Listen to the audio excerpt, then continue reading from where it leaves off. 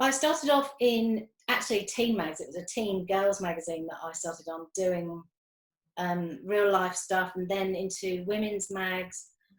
And then I got picked up for the Daily Mirror by Piers Morgan. And then I went to New York, did a stint on Star magazine, which is like a celebrity weekly, back to London, and then to Sydney.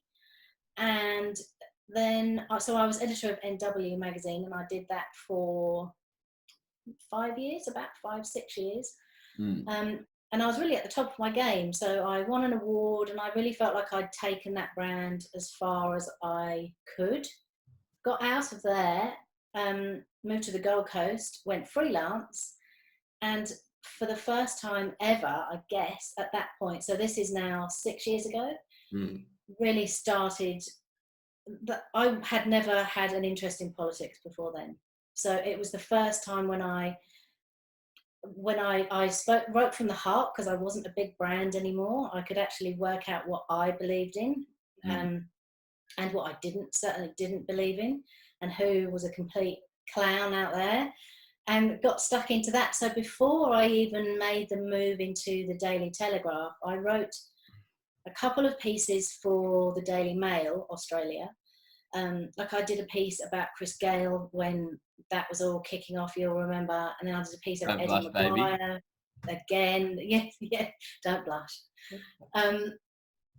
Because I get, the Chris Gayle thing was really interesting, because I did a piece for the Daily Mail Australia, and that got picked up, and I did a few radio interviews at that point. And that was probably the first time when I realised that actually much as I was speaking truths, they were truths that people did not like to hear at all.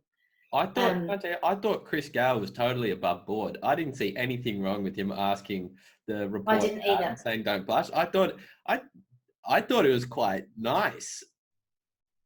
Honestly, and I guess I was coming from a point of, I've been in my previous life, in London, in New York, I've interviewed loads of celebrities. I've been at plenty of gigs and after parties, and some stories that I will share, some maybe we'll get to.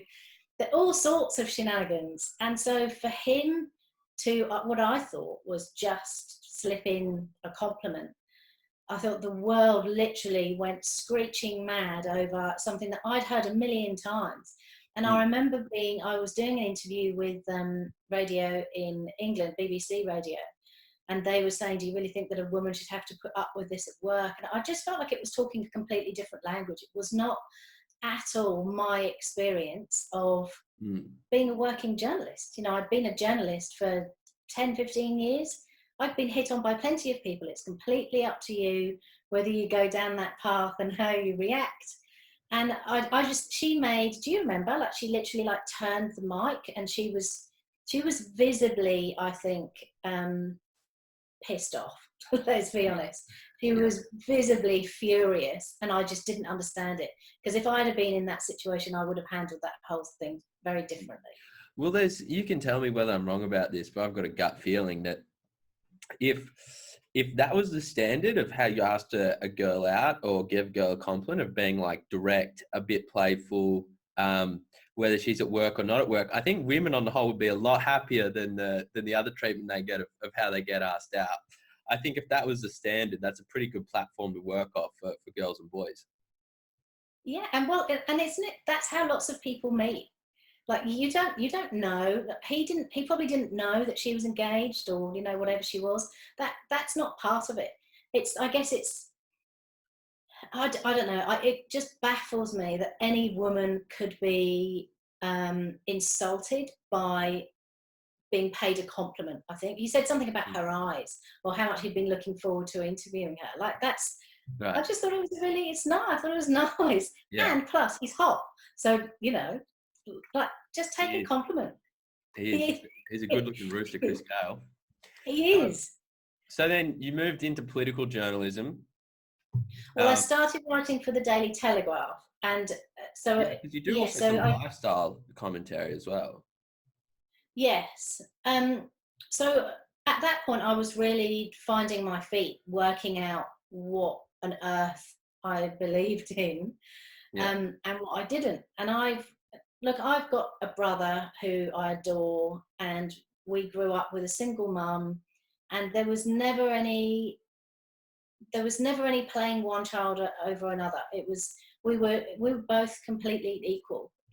So the whole we need to start telling boys to do this and women think this. It was just completely alien language to me. It's just not true. It's not the reality of how.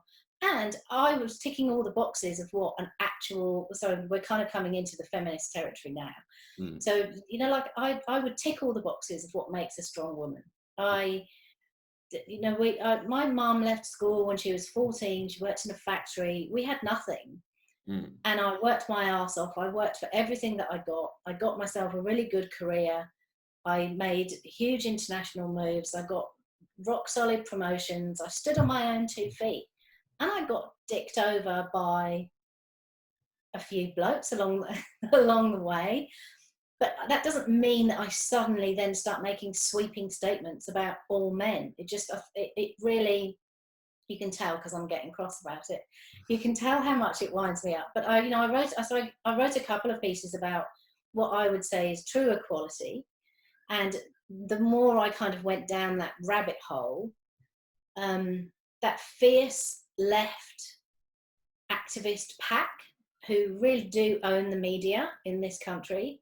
They just got me blacklisted and banned from a whole stack of places, and that just made me more determined.